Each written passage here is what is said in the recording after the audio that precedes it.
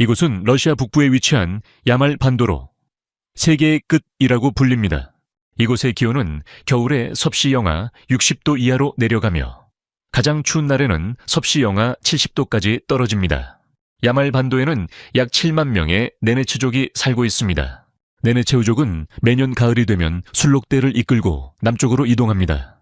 겨울이 다가오면 그들은 반도의 가장 남쪽에 위치한 온화한 지역에 도착해야만 겨울을 나기 위해 멈출 수 있습니다. 그 이유는 겨울을 버틸 수 있는 따뜻한 곳으로 이동해야 하기 때문입니다. 만약 그들이 이를 실패한다면 섭씨 영하 70도 이상 떨어지는 극한의 추위에서 죽을 위험에 처하게 됩니다.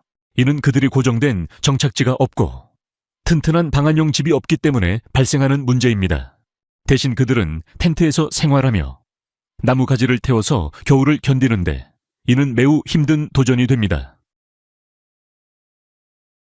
네네체우족은 대가족 단위로 생활합니다. 한 가족 단위는 약 40명에서 50명 정도이며 약 200마리의 순록을 이끌고 이동합니다. 그들은 작은 마을 크기의 이동 사회를 만들어 수백 마일에 걸쳐 얼어붙은 황무지를 가로지르며 살아갑니다.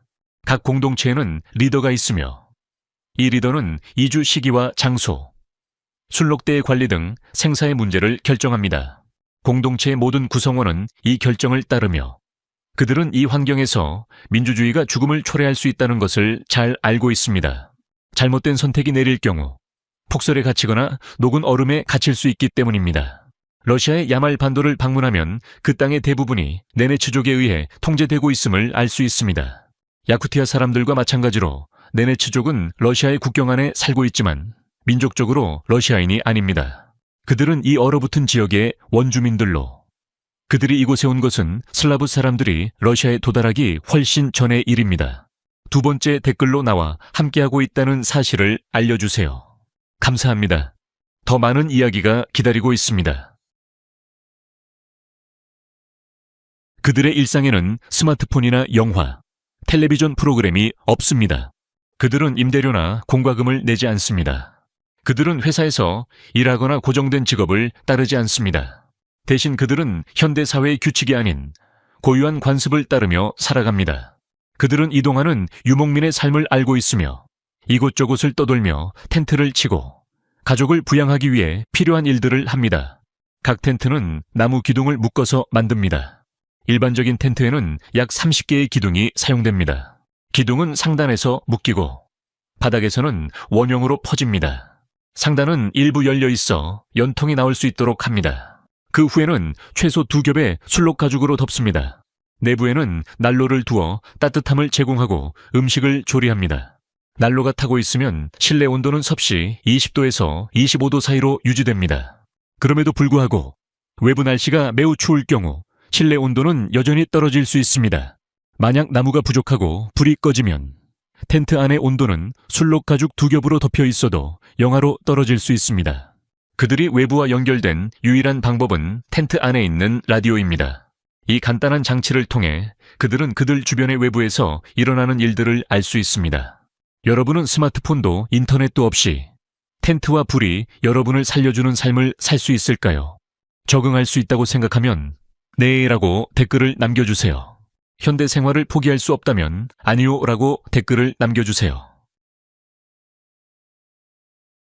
그들의 식사는 거의 전적으로 순록과 토끼고기로 이루어져 있으며 대부분은 완전히 날 것으로 먹습니다. 그들은 지구상에서 가장 건강한 사람들 중 하나로 고기는 따뜻할 때 즉시 먹고 내장, 근육 조직, 지방을 섞어 먹습니다. 대부분의 사람들은 이 음식을 먹으면 배탈이 날 텐데 여러분은 북극에서 건강을 유지하기 위해 이렇게 날고기를 먹을 수 있을까요? 댓글로 알려주세요. 우리는 모든 댓글을 읽습니다. 그들은 또한 고기 육수로 만든 수프를 먹습니다. 하나의 특징적인 습관은 그들이 고기를 요리된 것과 날 것 모두 함께 먹는다는 것입니다. 네네체우족의 텐트를 방문하면 날고기와 요리된 고기가 함께 제공된다는 사실을 알 수 있습니다. 한편 여성들은 텐트 안에서 거의 모든 일을 맡고 있습니다. 그들의 역할은 텐트를 따뜻하게 유지하고 아이들을 돌보며 식사를 준비하고 동물 가죽으로 옷을 만드는 것입니다. 그렇다면 그들은 어디서 물을 구할까요? 시베리아의 많은 사람들처럼 네네츠족은 눈을 녹여서 깨끗한 물을 얻습니다. 그들은 큰 솥에 눈을 녹여 물로 만듭니다. 이 녹인 눈물은 요리와 음료용으로 사용됩니다. 이 방법이 건강에 좋은지는 의문이지만 그들에게는 다른 방법이 없습니다. 자연과 가까운 생활을 한다고 해서 질서나 문화가 없는 것은 아닙니다. 네네체우족은 과일을 깔끔하게 자르고 접시에 담습니다. 그들은 고기와 함께 빵을 먹고 다른 지역에서 가져온 비스킷도 구입합니다. 그들은 또한 세면용 비누와 설거지용 세제를 구입합니다. 차도 그들이 자주 구입하는 물품 중 하나입니다. 그들의 삶의 방식과 현대 생활의 가장 큰 차이는 현대 사회의 규칙을 따르지 않고 여전히 유목민으로 살아간다는 점입니다. 매일 샤워하고 손을 자주 씻으라고 권장받는 현대 사회에서 네네츠족은 일주일에 한두 번만 목욕을 합니다. 때로는 더 적을 때도 있습니다. 강과 작은 시냇물이 얼어붙으면 네네츠족은 일상적인 사용이나 목욕을 위한 흐르는 물을 구할 수 없습니다. 그들의 유일한 방법은 깨끗한 눈이나 강에서 잘라낸 얼음 덩어리입니다. 눈을 모아서 큰 금속 솥에 넣고 나무불로 몇 시간 동안 가열합니다. 그 모든 노력에도 불구하고 눈을 완전히 녹여 얻을 수 있는 물은 적고 그만큼 소중히 여겨야 합니다. 물을 구하기가 어렵기 때문에 목욕은 자주 하지 않습니다. 고정된 목욕 일정이 없으며 날씨가 더 차분하고 안전한 날을 기다립니다. 목욕 자체는 매우 짧습니다. 보통은 따뜻한 물로 몸을 빠르게 닦는 정도이며 너무 오랫동안 젖어 있으면 위험한 열 손실이 발생할 수 있습니다. 일상생활에서 의복은 목욕보다 더 중요합니다. 네네체우족은 옷을 세탁하는 대신 불에 말리거나 차가운 바람에 바람을 쐬거나 눈으로 더럽힌 먼지를 제거합니다. 그들의 주요 목표는 현대적인 의미의 청결이 아니라 완전히 건조한 상태를 유지하는 것입니다. 약간이라도 젖은 의류는 몇 시간 내에 천을 빼앗을 수 있기 때문입니다. 겨울 의류는 신중하게 여러 겹으로 겹쳐 입으며 일반적으로 피부에 가까운 첫 번째 층은 습기를 방지하는 부드러운 천으로 만들어집니다. 그 위에는 술록 가죽을 착용하여 열을 가두고 바깥쪽에는 술록 가죽을 덮어 바람과 눈을 차단합니다.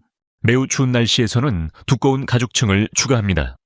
부츠, 장갑, 모자도 같은 방식으로 여러 겹을 입습니다. 이렇게 혹독한 조건에서는 건조하고 따뜻하게 지내는 것이 현대적인 위생보다 훨씬 중요합니다. 네네체우족은 화장실이 없습니다. 그들은 편안하고 개인적인 공간에서 필요를 해결할 수 없습니다. 그들은 유목 생활을 하고 있으며 툰드레는 배수 시스템이 없기 때문에 텐트 안에 화장실을 만드는 것은 실용적이지 않습니다. 대신 사람들은 무리해서 떨어져 조용한 곳을 찾습니다. 보통 나무 근처나 강 근처에서 이렇게 합니다. 이 과정에도 물이 필요합니다. 강이 얼어 있으면 눈을 녹여 가져가야 합니다. 이러한 이유로 화장실을 사용하는 것은 목욕보다 훨씬 더 어려운 일입니다. 따뜻한 대피소가 없고 모든 것을 빠르게 해야 하며 극한의 추위와 바람을 견뎌야 합니다. 오늘 이야기에서 인상 깊은 부분이 있었다면 좋아요를 눌러주셔서 저희에게 작은 격려를 주세요. 핸드폰으로 보고 있다면 바로 아래 하이프 버튼을 눌러주세요. 진심으로 여러분의 사랑과 지원에 감사드립니다. 남성들은 술록대를 관리하고 이주 결정을 내리는 동안 여성들은 가족을 지키는 불을 유지하는 일을 맡고 있습니다. 매일 아침 네네처 여성들은 다른 사람들보다 일찍 일어나 밤새 약해진 불을 다시 살립니다. 불이 완전히 꺼지면 텐트 내부 온도가 몇 시간 내에 치명적인 수준으로 떨어질 수 있습니다. 이 여성들은 불을 다루는 거의 초자연적인 능력을 가지고 있어 언제 연료를 추가해야 하고 공기 흐름을 어떻게 조절해야 하며 불이 꺼질 위험이 있을 때를 알아냅니다. 그들은 불꽃의 소리, 냄새, 색깔로 불이 밤새 타고 있을지 아니면 다시 손봐야 할지를 판단할 수 있습니다. 그러나 불을 관리하는 것만이 그들의 책임은 아닙니다. 이 여성들은 또한 장인의 역할을 하여 가족을 지키는 옷을 만드는 일도 합니다. 그들은 술록 가죽을 처리하여 방수, 방풍, 단열 기능이 있는 옷을 만듭니다. 그들은 가죽의 부위를 다루는 법을 정확하게 알고 있으며 극한의 추위에서도 유연한 부츠, 바람을 막아주면서 습기가 빠져나가는 코트, 따뜻함을 유지하면서도 손끝의 섬세함을 유지할 수 있는 장갑을 만듭니다. 마지막 초승달이 오면 여성들은 가장 바쁜 시기를 맞습니다. 여성들은 집안의 모든 것을 꾸리고 풀어놓는 일을 맡고 있습니다. 중요한 물건이 하나라도 빠지지 않도록 하면서도 썰매에 실을 짐을 가볍게 만듭니다. 그들은 수백 가지 물건의 위치와 중요성을 암기하고 있습니다. 하나라도 잊으면 가족 전체가 재앙을 맞을 수 있습니다. 그들이 건너야 할 얼어붙은 강은 매년 점점 더 얇아지고 있습니다. 기후변화로 인해 이 강을 건너는 일은 매우 위험해졌습니다. 만약 얼음이 갑자기 깨지면 사람들은 거의 즉시 몸이 얼어붙을 정도로 차가운 물에 빠질 수 있습니다. 그 결과 네네츠족은 밤에만 이동합니다. 밤의 기온이 훨씬 낮기 때문에 얼음이 더 안정적이게 됩니다. 그 때문에 얼어붙은 강을 건너는 일이 낮보다 밤에 조금 더 안전합니다. 그럼에도 불구하고 아무리 준비를 철저히 해도 완벽한 보호는 불가능합니다.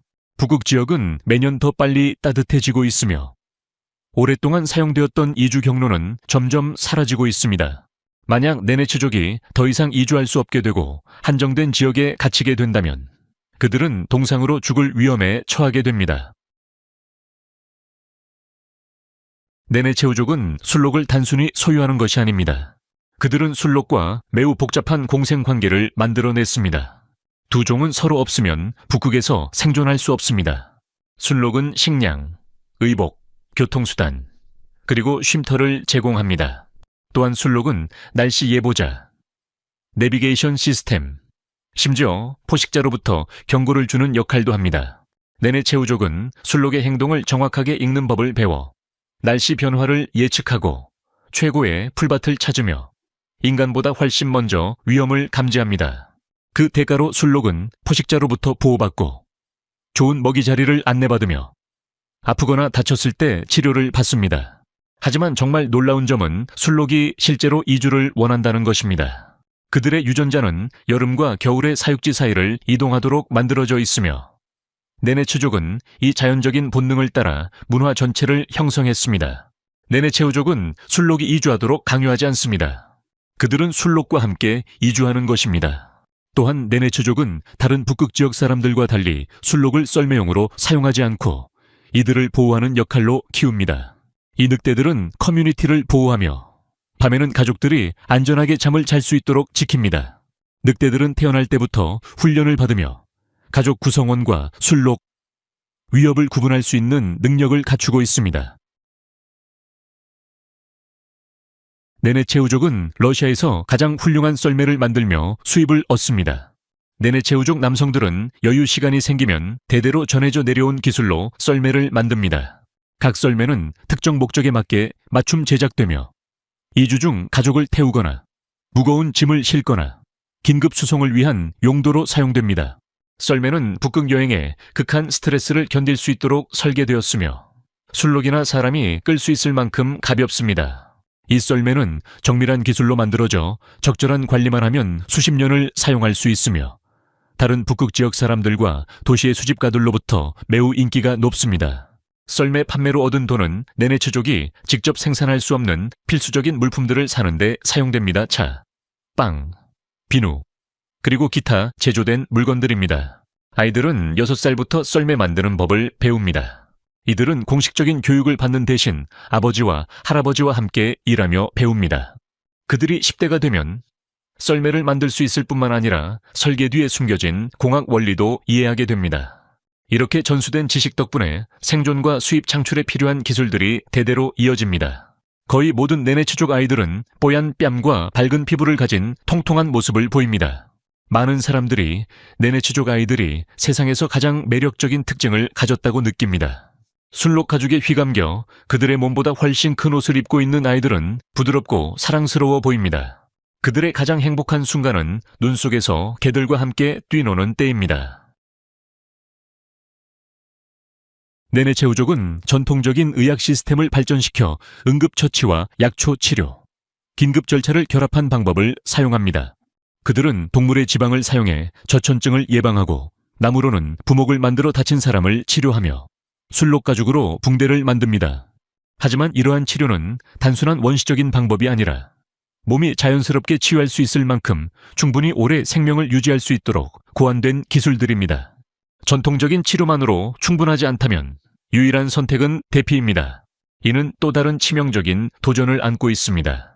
얼어붙은 황야를 가로질러 다친 사람을 이동시키려면 특수한 의료용 썰매가 필요합니다. 가장 가까운 의료시설까지 가는 여정은 수일이 걸릴 수 있으며 그동안 다친 사람은 차가운 날씨 속에서 따뜻하게 유지되어야 합니다. 외부 세계와의 소통은 라디오 연락에 의존하며 이는 날씨와 배터리 수명에 따라 달라집니다. 헬리콥터 구조 요청은 가능하지만 신뢰할 수는 없습니다. 헬리콥터는 악천 후에서 비행할 수 없으며 황야에서 안전하게 착륙하지 못할 수 있습니다. 많은 경우 가족들은 스스로 대피를 시도하거나 전통적인 치료가 충분하기를 바라야 합니다. 놀라운 점은 내내치족 중에서 심각한 의료 비상사태가 드물다는 사실입니다. 그들의 생활 방식, 식단, 신체 조건이 현대 사회에서 흔히 발생하는 건강 문제들로부터 자연적인 보호막을 제공합니다. 부상은 대개 그들의 환경에서 자연스럽게 발생하는 위험과 관련이 있으며 개발된 국가에서 흔히 발생하는 만성 질병과는 거리가 멉니다. 내내체우족은 불안전에서 자원 공유에 이르기까지 모든 것을 다루는 복잡한 불문율을 발전시켰습니다. 이 규칙을 어기면 추방되거나 죽음을 맞을 수도 있습니다. 이러한 규칙들은 임의적인 전통이 아니라 수세기 동안의 시도와 실패를 통해 발전한 생존 프로토콜입니다. 예를 들어 불 관리에는 엄격한 규칙이 있으며 부주의한 불 관리가 모든 사람을 죽일 수 있습니다.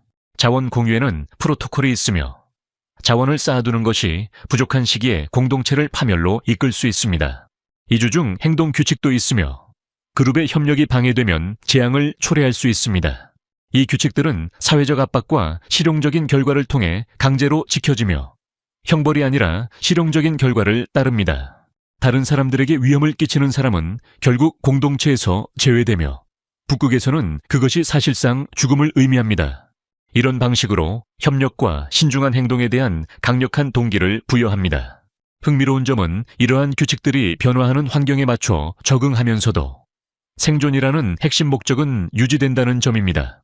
기후변화로 전통적인 이주 경로가 변화하면서도 내내츠족은 안전을 확보하면서 프로토콜을 수정하고 있습니다.